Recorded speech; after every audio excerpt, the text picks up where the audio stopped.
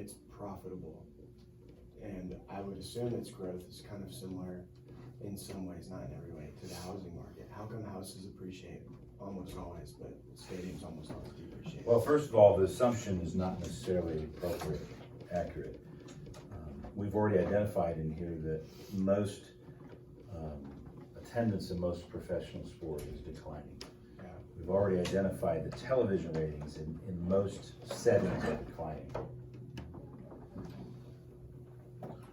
Now, we've been able to expand our sport properties into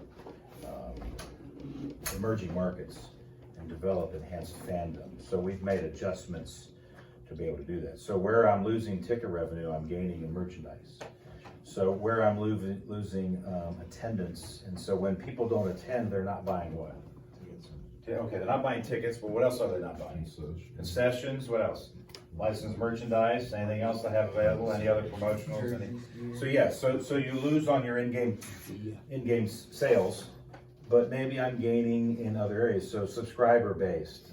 So I don't know if it's a swap or not. The truth is that we know that some sport franchises are growing in values and others are not, but also the sport properties are changing. So then your question landed on, and you tied it to personal real estate.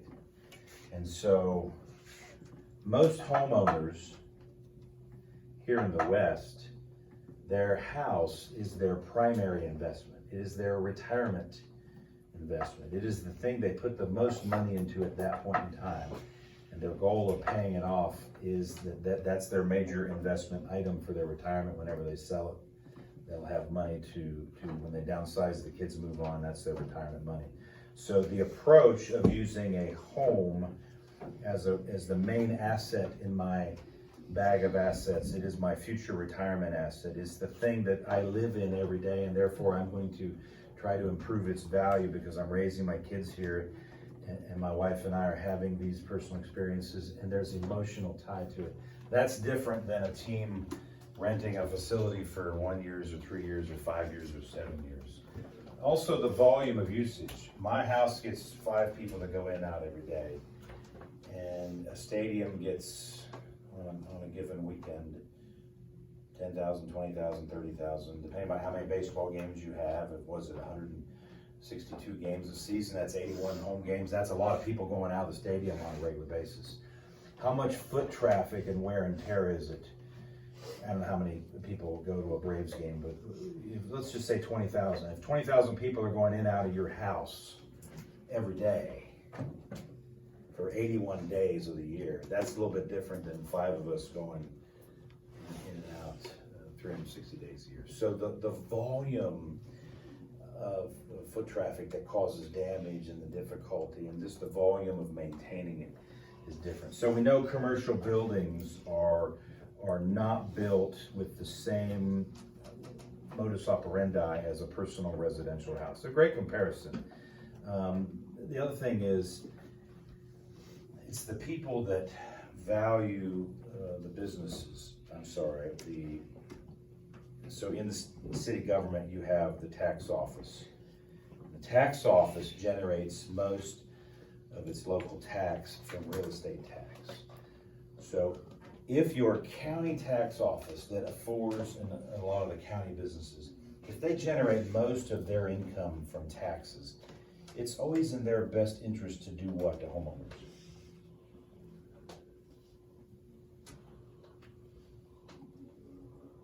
This is where problem solving comes in. If the county tax office generates the majority of its income from real estate taxes, then it's in their best interest to do what to homeowners? Make it easy for homeowners to buy a house. For them to sell houses. Tax them more?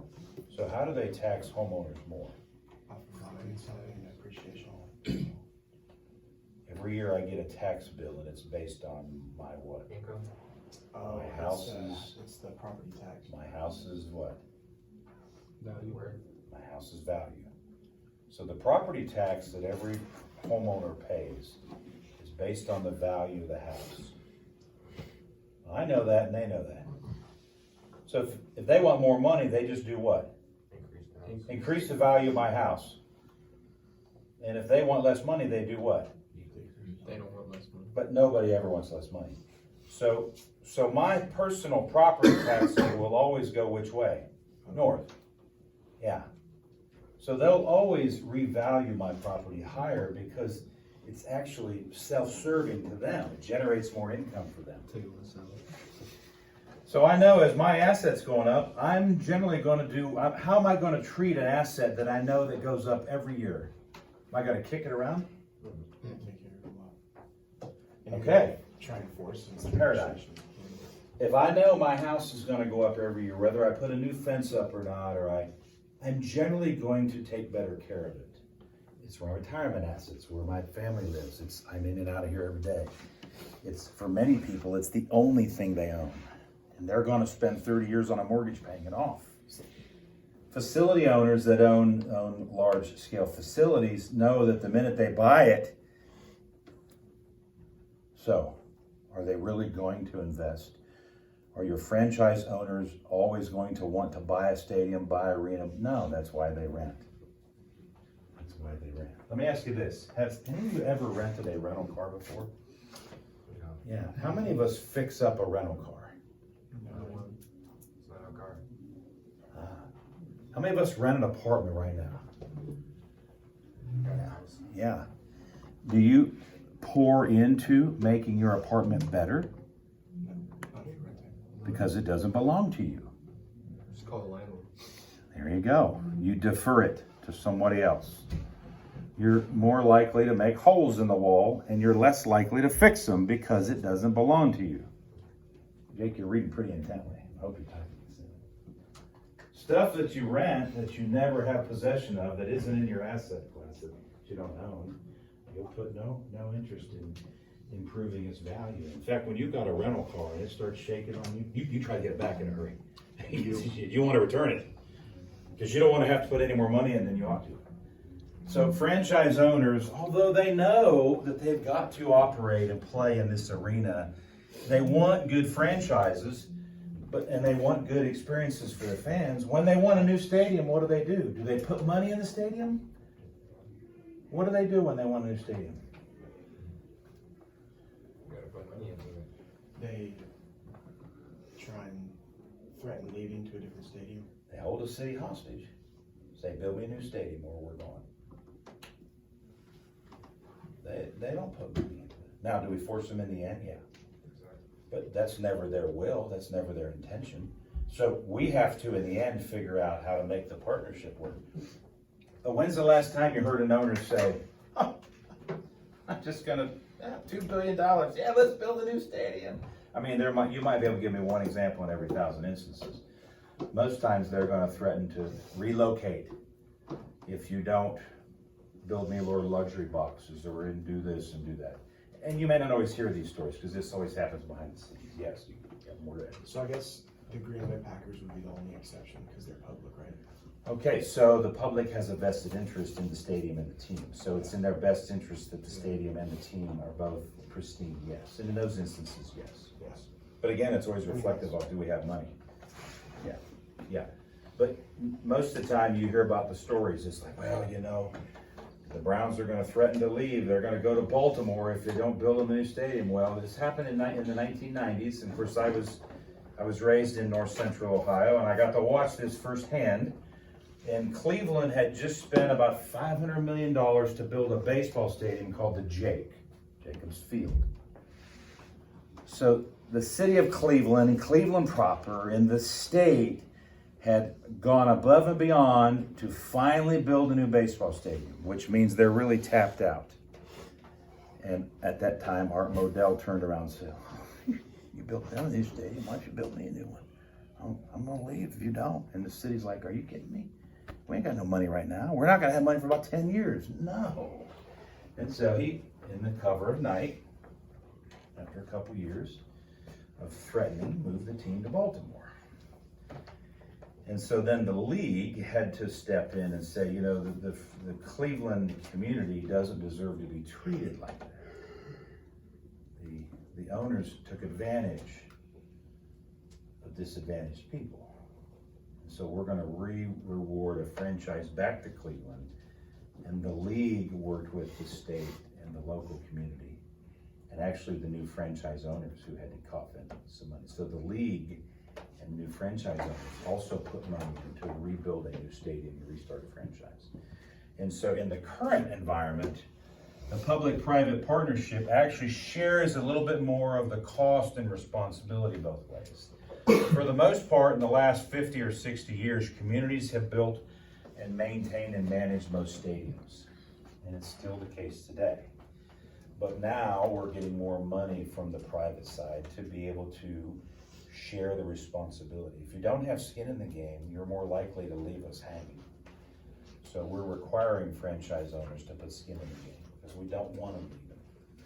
Now the trade is we're willing to give up more revenue. So we'll give up more parking revenue or more ticket revenue or more whatever, or we'll assume more liability or responsibility. So there's ways to make it really work and work well for franchise owners. Let me make sure I've got a series of things I'm checking off here. Yeah. All right. I should. No, I'll do that right now. Let me go over this side a little bit. Probably should make a little more room.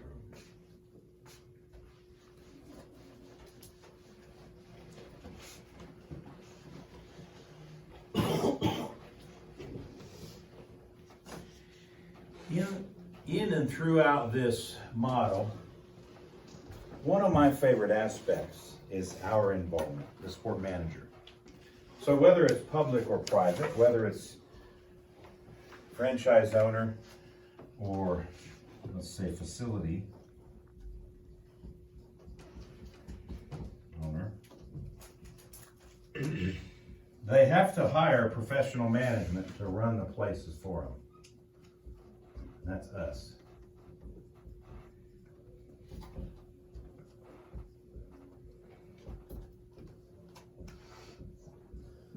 So, for those of you that wish to work in the sport profession, which I'm assuming is all of you, the great opportunity is you can work on one, either, or both sides of this equation in the form of professional management. These people need to hire us to run all of their local, state, and federal sport programming, but also to run their facilities for them.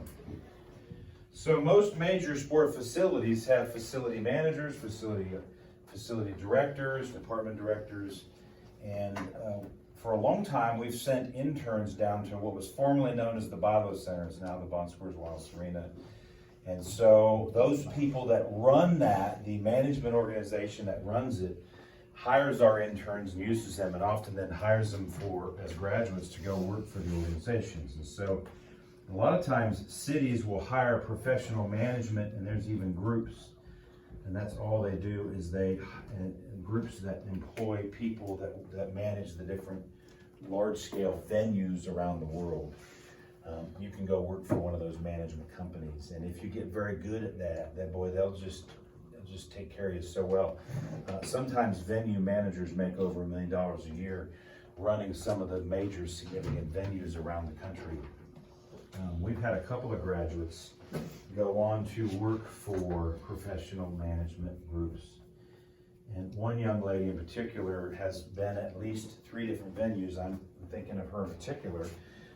She interned at the local Bilo Center. They hired her, and she worked for a year or 2 at the local Bilo Center. And then the management group really liked her so much that they hired her and then moved her somewhere in either Ohio or West Virginia.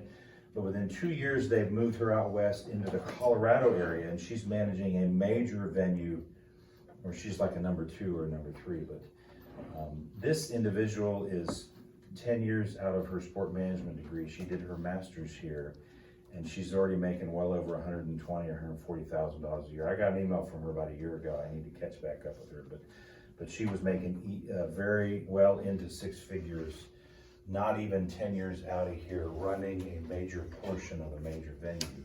And she has her sights to go 2 or 3 more steps up. So her upward mobility and her career climbing, and she's far from done, and the ability to generate significant resources on that side is amazing.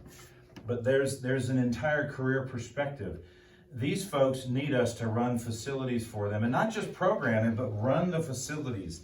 These folks on this side need us, professional management, to run their businesses. Who runs the front offices of all your major sport organizations? It's professionals like us. So we have several graduates that work in professional sport, and I spoke to one a couple of weeks ago, and he works for the Cleveland Cavaliers. He's in one of their front offices, and before that, he was with a small team called the Utah Jazz, and so he has a career in the NBA, and that's his second stop right now. But he's doing really well. We have a couple others in professional baseball. We have a couple in professional hockey and soccer. We have one that's in the front office of the league office for the MLS. And so many of you can advance and go on, become an intern and graduate and become the professional management that either works on the facility side or works in the front office side. Now, as I've always said before, if you manage money well for these folks, they'll keep you around forever and they'll move you up where there's lots of opportunity. But if you manage money well for privateers, they'll always create opportunities for you. What is the primary goal of the privateer? Yeah, that's why we start businesses. And if I know you're good at managing my money and you're good at helping me make money, do you think I'm going to let you go? No, I'm going to do just the opposite. What's the opposite of that? I'm going to throw so much opportunity, and I'm going to lavish you with so much that you're not going to ever want to go anywhere else, and you're going to keep making more money for me, and you're going to have 14 folks under you that are doing the same thing. So when owners, franchise owners, and general managers and presidents, when they find good people, financially good people, they hold on to them. And at the same time, what are all the other organizations going to do? They're going to bid for your services. So your ability to make more money will always what? Yeah. Yeah, it really feels good to be wanted, you know. I've been on teams where I'm the 5th on the depth chart. And you're sitting so far down the bench, even the assistant coach doesn't even remember your name. That doesn't feel very good. You don't know what he's talking about. You're on the field catching balls. But it's no fun when nobody knows your name, right? But when everybody's after you, and they're throwing dollars and figures and opportunities after you, that feels really good. And so these folks know that if you manage their money well, they'll not only work real hard to keep you, but everybody else will work real hard to obtain you. And that's a good feeling. You'll be a starter on everybody's team, on the All-Star team. And that's what I think all of you want to land. You know what, I'll talk about that next time. We'll do that Thursday. Any questions about any of that? That wraps up today's session. Thank